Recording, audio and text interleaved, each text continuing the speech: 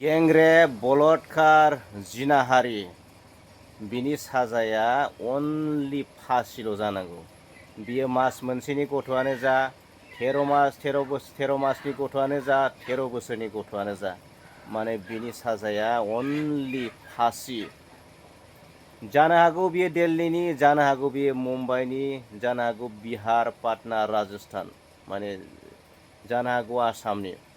बियो अनलि फासिल' जानांगौ आरो जायनि जाहोनाव माने बेफोरबायदि जिनाहारि खालामग्राफोरखौ, बलात्कार खालामग्राफोरखौ, जाय माने नरबिकास माने बदमास माने दुथां बै सुबुंफोरखौ माने बेबादि साजा होयै हगारनायनि जाउनाव, जेल होयै हगारनायनि जाहोनाव दिनै बेबादि माने गें रेपआनो जा, बेबायदि रेप खालामनाय, बलात्कार खालामनाय, जिनाहारि खालामनाय बेफोरो माने जोबाखै आरो रायजो राजा नोंथांमोन।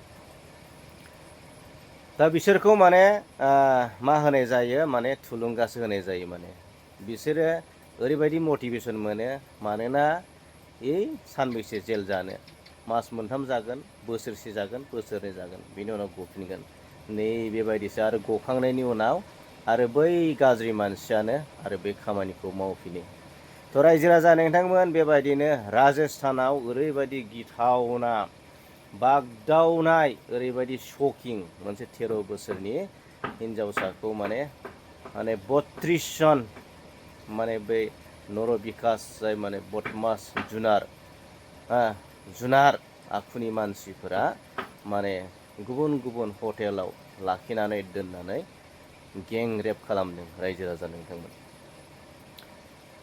थ' जाथाया ओरैबायदि जादोंमोन, माने इन्सटाग्रामनि जिथुनाखि लोगो दंमोन, बे लोगोनि न'आव थांदोंमोन आरो लोगोनिफ्राय बासाव गाखोनानै फैदोंमोन आरो बासनिफ्राय ओंखारनानै अट' हमदोंमोन। बै अट'आलाया लांनानै मा खालामबाय, डाइरेक्ट माने हटेलाव फानहैबाय आरो बे हटेलनि जाय लांग्रा मानसि, बेबो हटेलाव बेयावनो थाबाय आरो ओइदिनखालि बेयो माने सानबा माने 32 जन मानसिया बेखौ रेप खालामबाय, जिनाहारि खालामबाय।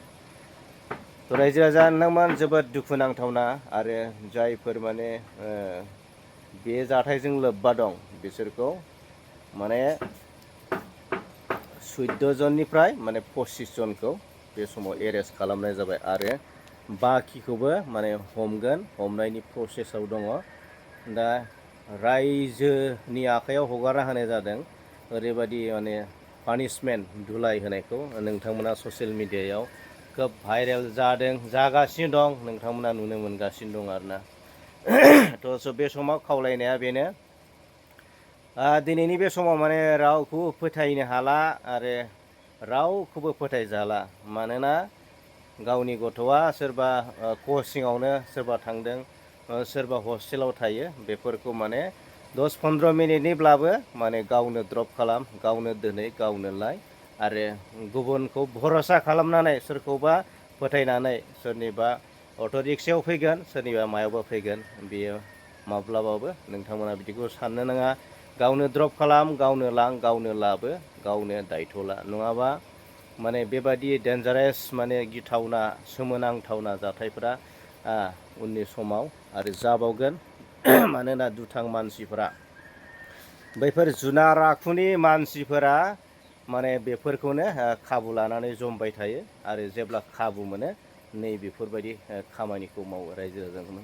थ' बिनिखायनो दिनै नोंथांमोना नुनो मोनदों, जाय हटेलाव बे हिन्जावसाखौ दोनदोंमोन, बे हटेलाव रेप खालामदोंमोन, बे हटेलखौ बलडुजार सालायनाय जादों, सिफायनाय जादों। नाथाय बेजोंल' जानाय नङा रायजो राजा नोंथांमोन।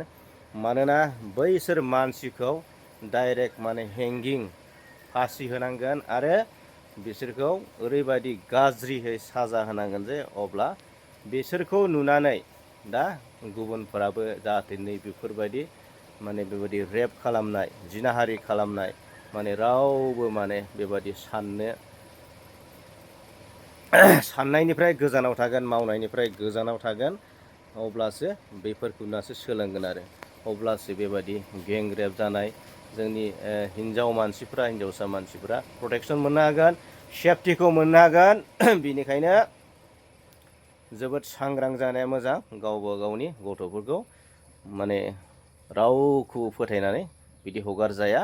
नोंथाङा नुनो मोनबाय माने सासे रिक्सा आवलाया बेखिनि खामानिखौ हटेलाव गथ'खौ लांनानै फानबाय, फाननायनि उनाव गोबां मानसिफ्रा 32 जन मानसिफ्रा गाज्रियै जिनाहारि खालामबाय।